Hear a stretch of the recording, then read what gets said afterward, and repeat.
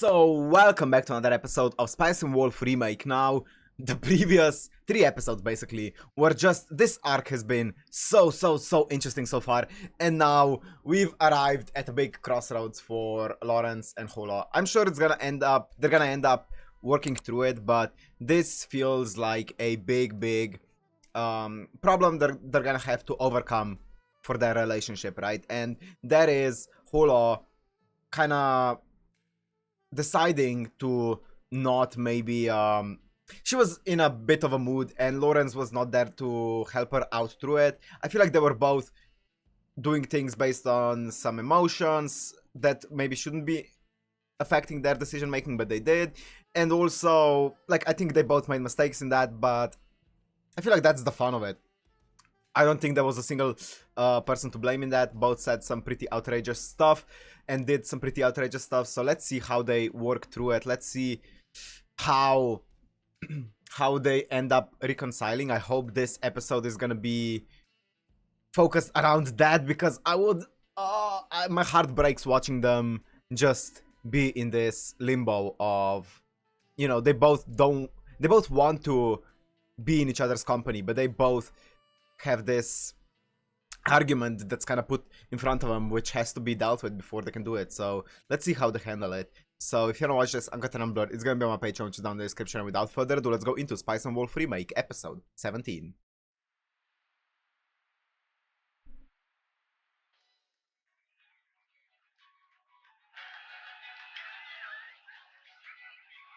It's the festival.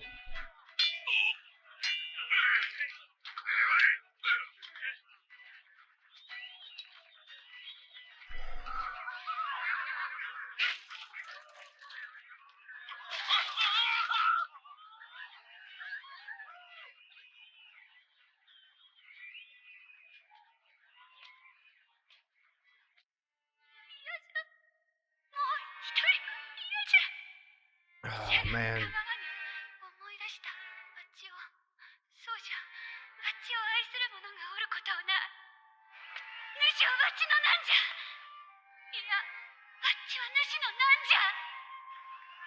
Man, what a hard situation to resolve. Traveling merchant's shallow thinking and town merchant signboard. Oh no. I don't like that title. したと言え。正直にね。その通りだ。それで何の相談だ？金の無心ならお断りだぞ。風向きが知りたい。頬張って船出しようにも、この町の今日明日の相場の風向きは、よそ者の俺には読み切れない。諦めろ。勢いのついた馬を止められる者がいないように、値段の上昇はそうそう変わらない。石屋の隣に急遽作られた値段表は、売り町の木札に対して買い町の方が増える一方だ。今日明日で値下がりするなんて気配はみじんもない。全知全能の神でもなけりゃ、風向きを変えるのは無理だ。God. 神の真似をするまでだ。Oh. What are you gonna do? 値下がりじゃ、アマーティが巻き込まれるとは思えないしな。お前、暴落を仕掛ける気か。それしかないだろう。Okay, Elon. とにかく、明日の日没までに、あいつが買い込んだ大鉄鋼を、ただの石ころにしなきゃならないんだ。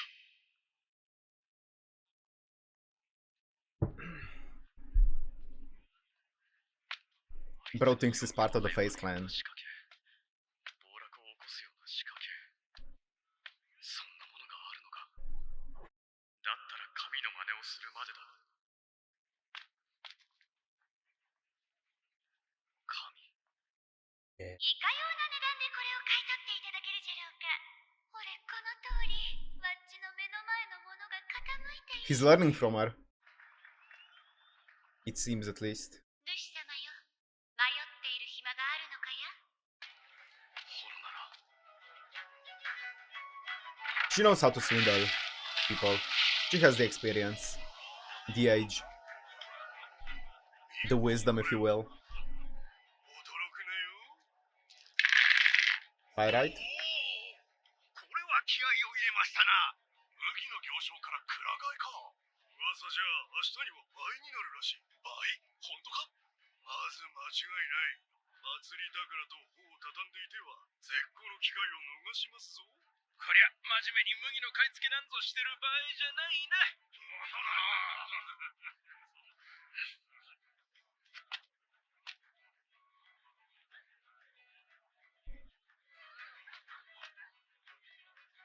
Amati?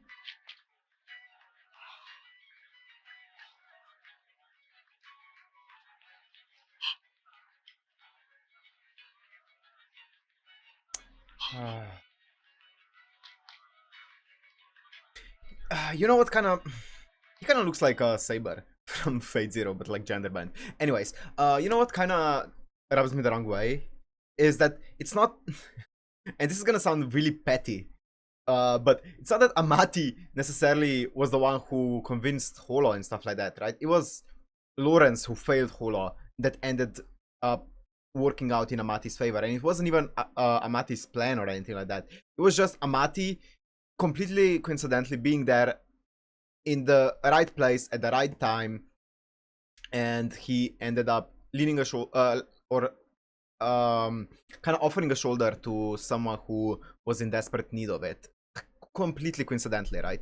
So it kind of feels bad because my pride would be like, man, Amati didn't really do anything to beat me, but he ended up winning the battle. Well, it's not set in stone yet. Let's not jump to conclusions, but still, it rubs me the wrong way, you know.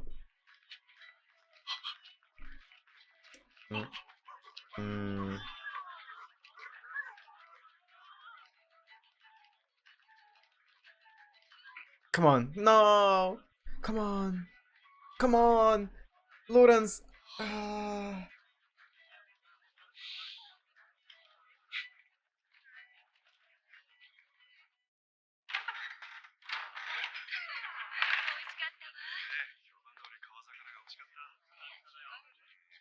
He's imagining. I was like, what?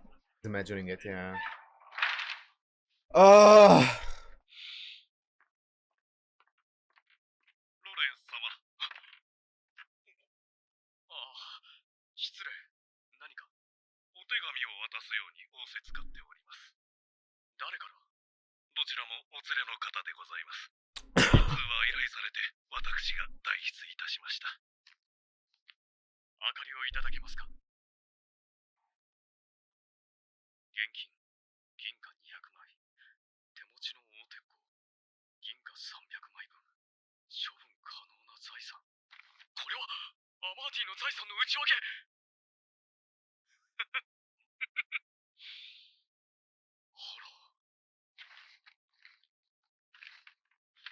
After that was after they hang out, right? Hung out. Come on!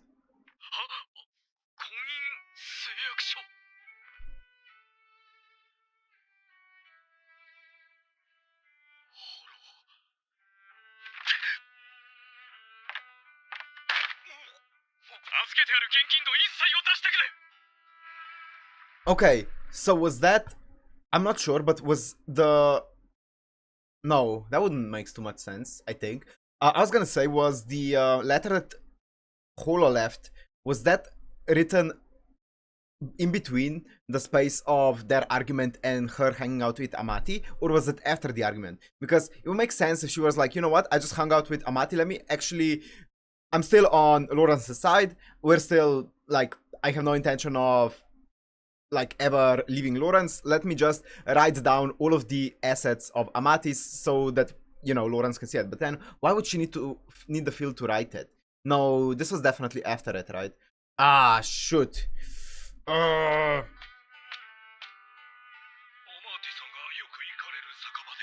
No, you shouldn't be talking to Amati, you should be talking to Holo.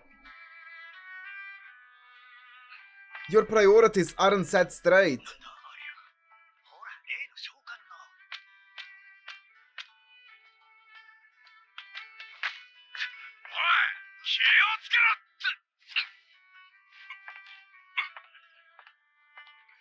Oh, he's pissed. He's pissed. He's not thinking straight.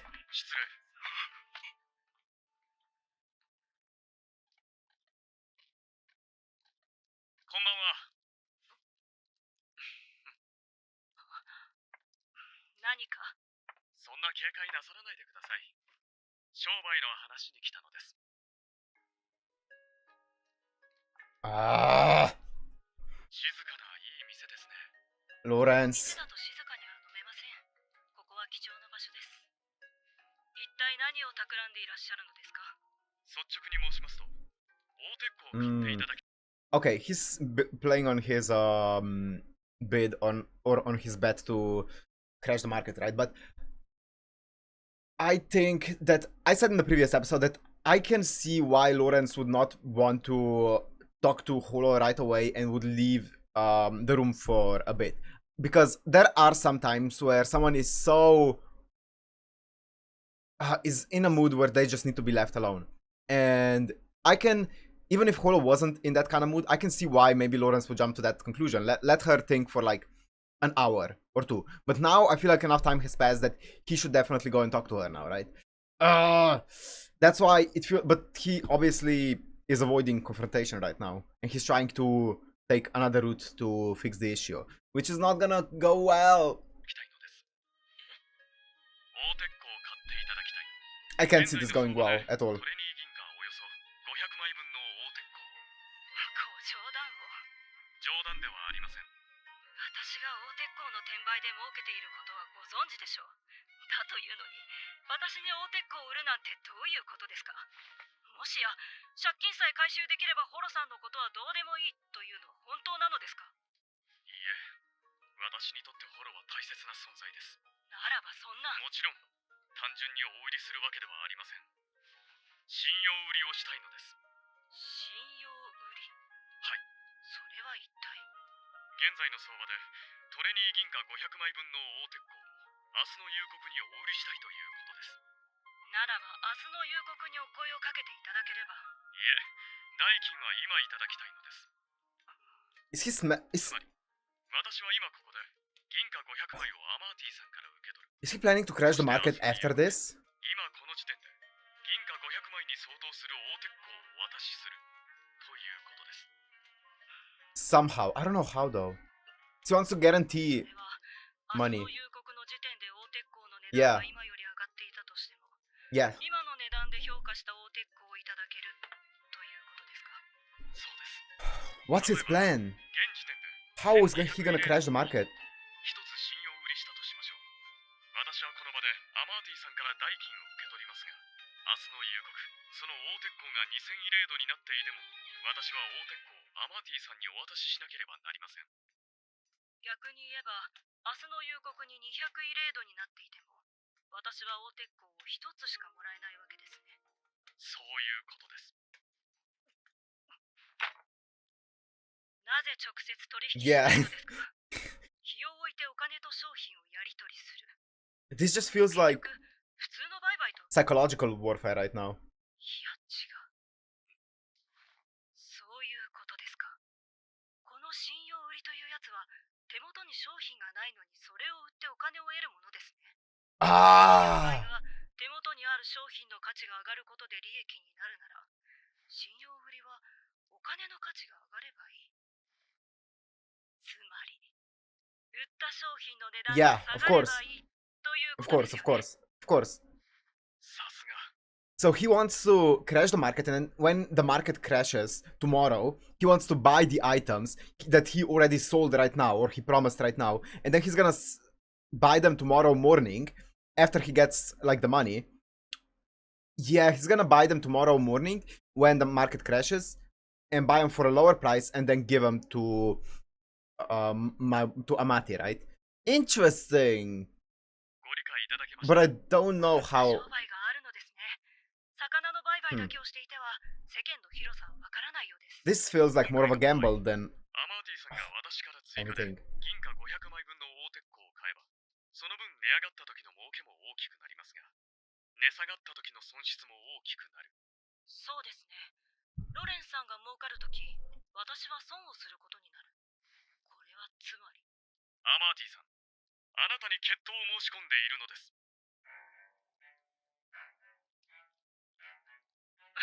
決闘とは呼べないでしょう。 It's a よも gamble. や証書も交わさずに取引を行うわけではないですよね。仮仮に明日の夕刻に大鉄鋼の値が下がるのだとしても、その前に必要な金額を満たすほどの値が上がれば、私は少々売ってしまうでしょう。あまりにもロレンスさんの分が悪すぎる。なぜなら、私は少しの値上がりで目標を達成できることになってしまうからです。ですが、私は自己の利益のためにロレンスさんが不利になるような取引は受けたくない。この取引だけを見ればそうかもしれませんが、実はこのくらいの分の悪さでちょうどいいのです。というと？ホロが婚姻の誓約書を破り捨てる可能性があるということです。アマーティさんも控えをお持ちなんでしょう。アマーティさんは私に借金を返しても、ホロが首を縦に振らなければどうにもならないという危険と背中合わせです。この程度の分の悪さ、それに比べれば小さいものです。そんな心配はご無用かと存じますが、随分と激しい喧嘩をなされたようですね。War travels ホロは旅の途中、 fast. 私の腕の中で3度泣きました。そんな時はなかなか可愛いやつなのですが、あいにくと意地っ張りなのでね。本心とは違う言動を取りたがることがあります。つまり、受けましょう。ロレンスさんの申し出を受けま That's しょう。 emotional. 私はロレンスさんが Lawrence the manipulator. 結果になってしまってはあまりにも酷だとそう思っていました。しかし、そのようにおっしゃるならば受けて I 立ちましょう。 I just don't have a good feeling そして about this. ロレンスさんの財産も何もかもを全 But I て do 奪って trust 差し上げ Lawrence ます。 as a merchant. As long as he's 取引を受けていただき thinking through this with like a 望 calm むと mind. ころです。 As long as he's not rushing into it. I have a feeling he could do it. He could pull it off. He has this. He's got this. 乾杯。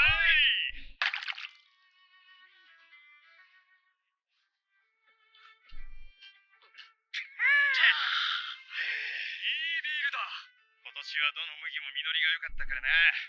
不作になるとビール用の大麦までパンにしなきゃならない。豊作の神に感謝というわけだ。そうだな。しかし、酒のつまみには少しばかり固い話があるんだよ。儲け話か。 Yes. いや、どうかな。場合によっては儲かるが、それが目的ではない。というと、麦の買い付けは祭りが終わる頃に集中しなかったか。するな。そこで一つ噂を流してもらいたいんだ。危ない話はお断りだぞ。お前が言えばそうかもしれないが、小僧が言うくらいなら問題ないことというのがあるだろう。言ってみろよ。俺が指示したら、ある場所でこう言ってほしいんだ。そろそろ麦の値段も上がる頃かなと。噂で例の石の値段を下げようって腹か。そんなところだ。大鉄鋼の売買をしている多くは、この町に何かを売りに来て、帰りに何かを買っていく者たちだ。そいつらが帰りの荷台に積むもので、最も多いのは麦だろう。麦の値段が上がるという噂が立てば、その前に買わなければと慌て出す。小遣い稼ぎに持っていた大鉄鋼は一斉に売り払われるだろう。そうなれば大鉄鋼は必然的に値段が下がっていくってことか。まさかお前がそんな単純な思考の持ち主だったとは思わなかった。それだけじゃない。同時に相当量の大鉄鋼が売りに出されたとしたら、いくら分だ。トレニー銀貨1000枚分。1000枚？バカか。そんなことをしたらいくら損をするかわからないぞ。いくら下がろうと構わない。あ？何言ってんだ。大鉄鋼があと銀貨500枚分現物で揃えば、値段が上がろうが下がろうが、こちらの懐は痛まない。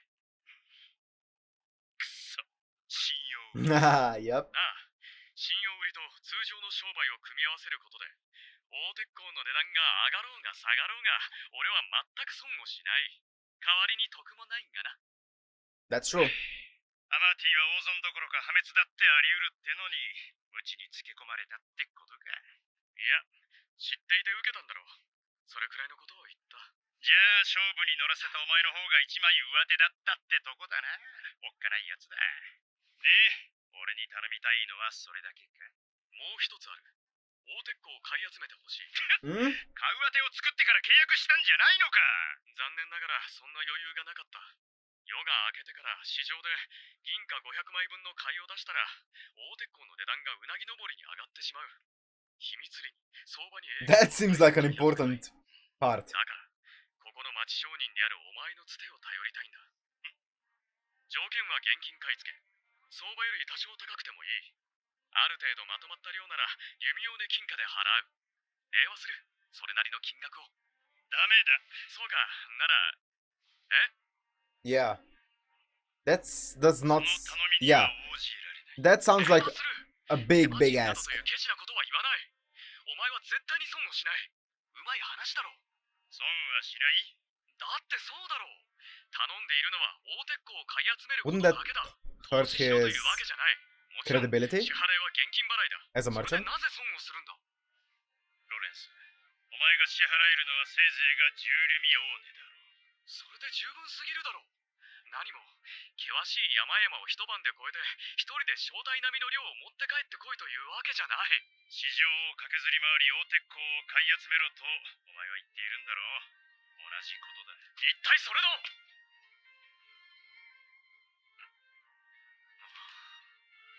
ただお前のつてを通して大鉄鋼を買い付けてくれないかと言っているだけだ。それが同じことだと言うんだ、ロレンス。お前が言う危険は全て行商人のものだ。でも俺はこの市場を戦場にしている町商人な Yeah, んだ。 exactly. He can 儲 get け a bad 話 rap. を見つけたら素早く飛びつくことは決して美徳ではない。町商人は副業で大儲けをするくらいなら本業でつつましく稼ぐのを良しとする。銀貨500枚分の大鉄鋼を買い集める俺を見て周りはどう思う？本業をほっぽり出して博打にのめり込んでいるどうしようもないやつとなるだろう。 Sounds familiar. 主人は俺だが、この露店は俺だけのものじゃない。 Shoot. 懇意にしてくれている者たちすべて、嫁と子供、それに血のつながるすべての者たち、 Oh, the す OST. べての名誉がかかっているんだ。 Oh my god, お前 Kevin. はそれに見合うだけの報酬を支払えるのか？これくらいの小さな店でもな、この看板の値段というものは驚くくらいに高い。傷をつけたらその修理の費用は10や20の金額はとても足りはしない。そういうことだ。悪いな。いや、無理を言ってすまなかった。ま、あの連れ相手じゃそうもなるか。だがそんなに必死になってまでアマーティの邪魔をしなくとも、連れはそう簡単に向こうになびかないだろう。初めてお前の横にいる姿を見た俺だってそう思うくらいなんだ。もっと自信を持てよ。署名入りの婚姻誓約書を突きつけられた。 Oh, she signed も it. ちろん相手はアマーティだ。何もなけりゃそりゃ俺だって自信がないわけではない。だがその何かがあった。世の中 I did not know she signed it. それでもまだ望みがあるからお前は走っていると、そういうわけか。で、他に当てはあるのか？とりあえずバトスさんに話を聞いてもらう。なるほど。 I feel like there's one person. 通してもらうつもりか。 There's one person you could talk to. 違うのか？年代記作家のあったんじゃないのか？ディアナさんならあったが Diana. 話のつながりが見えない。よそ者のお前ならあの女に交渉を持ちかけてもいいと思う。だから何の話だ？あの女は北の地区を取りまとめている人間だ。特に錬金術師たちの窓口になっていると言っていい。いろんな理由で狙われやすい錬金術師があんなに群れていられるのはな、俺らの見立てじゃあの女がいるからだ。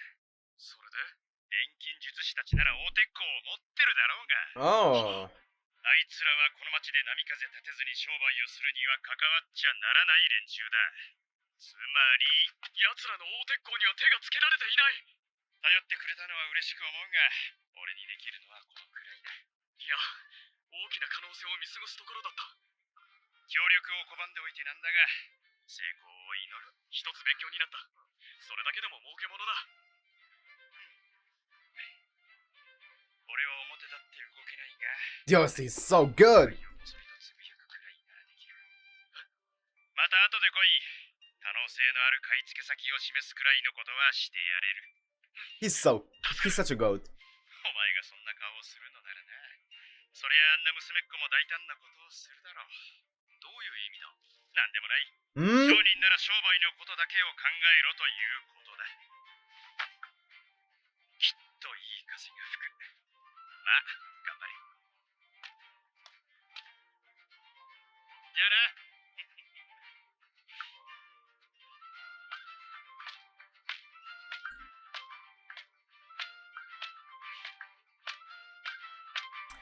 Lawrence, I think...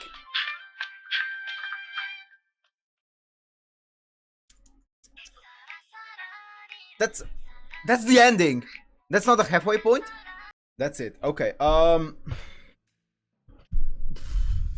This was one of the most engaging episodes so far. I think this arc is just incredible so far. I think this arc really is incredible. Studio Passion, man, they've been doing some great stuff recently. But to be fair, I saw some announcements for their future projects, and they're gonna be so back with some of their signature stuff. They're gonna be doing like season 2 of like doesn't matter right now. Doesn't matter right now. That's not the point. Let's focus on this episode. This episode, yeah, fantastic. This arc is definitely my favorite so far. It definitely feels so well written. It feels like the pacing is really good. The economics is this is the most interested I was in the, even though all of the economics so far have been great, this is the one that I'm most interested in because I genuinely can't predict it. And it makes a lot of sense to me. There are times in Spice Wolf where I'm like, okay, I'm gonna believe you, but I'm not exactly sure what you mean by that with economics. But here, I can definitely feel like it makes sense to me why everything happens. So that's what I really like about it. I think Lawrence right now is definitely avoiding, obviously, talking to Hola, because that would be the main. He's talked to everyone. He's trying to talk to everyone but Hola, right? He's trying to use up all of the he's trying to use up all of the solutions that he can think of that do not involve talking to Hola. So that's what worries me the most. So I'm worried to see how this goes. I have a bad feeling that he's gonna end up, you know, trying too much and just failing to find the simple solution that was right in front of him at the end. But I don't know. I'm gonna try to have some faith in my guy as a merchant, in Lawrence as a merchant, and see how he manages to get out of this mess that he's found himself in. Not an economical or a monetary mess, but more so his mess of a relationship that he's created, or not he's created, but that he's found himself in, right? So we'll see how it goes, but I'm gonna end it here. Hope you guys enjoyed. If you did, make sure to like, comment, subscribe, and I'll see you in the next one. Peace.